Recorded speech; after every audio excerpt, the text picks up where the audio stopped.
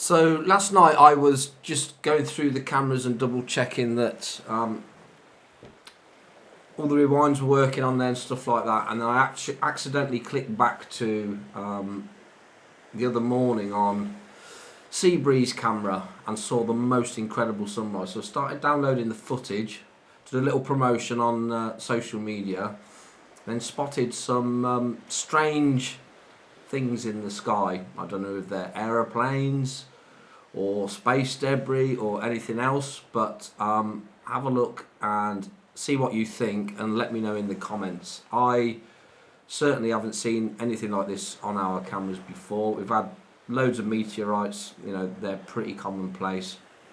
However, and I get reports of UFOs all the time, which turn out to be seagulls or other things. However, I just don't know what this is. So have a look and see what you think.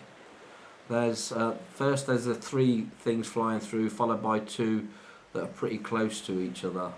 So this is at 40 speed. I speed it up because I wanted to do a time lapse to show the beautiful sunrise. So this is a lot quicker, and this is zoomed in at 4 times. So we're just looking over the Jurassic coastline there, and so there's the 3 objects there, followed by these 2.